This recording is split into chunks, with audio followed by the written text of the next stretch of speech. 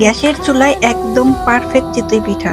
চলুন শেয়ার করি কিভাবে আমি গ্যাসের চুলায় পারফেক্ট চিতই পিঠা বানালাম। ঘরে থাকা যে কোনো চাল দিয়েই চিতই পিঠা বানিয়ে নেওয়া যায়। আমি সবসময় কাটারি ভোগ চালটাই খাই ভাতের জন্য, তো সে চালটা দিয়েই আজকে পিঠা বানিয়েছি। আপনারা চাইলে সিদ্ধ চাল কিংবা আতপ চাল যে কোনো চাল দিয়েই বানিয়ে নিতে পারবেন। কাটারি ভোগ চালটা চিকন হয় আমি 40 মিনিটের মতন ভিজিয়ে রেখে ব্লেন্ডারে ব্লেন্ড করে নিয়ে তারপর বানিয়েছি।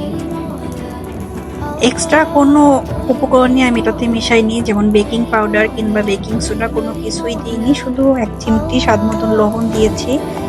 তাই আমার পিঠাটা একদম সুন্দর মতন ফুলেছে। আসলে গ্যাসের চুলা অনুযায়ী পিঠাটা অনেক বেশি সুন্দর হয়েছে।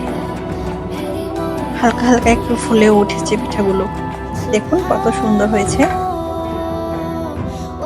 চুলার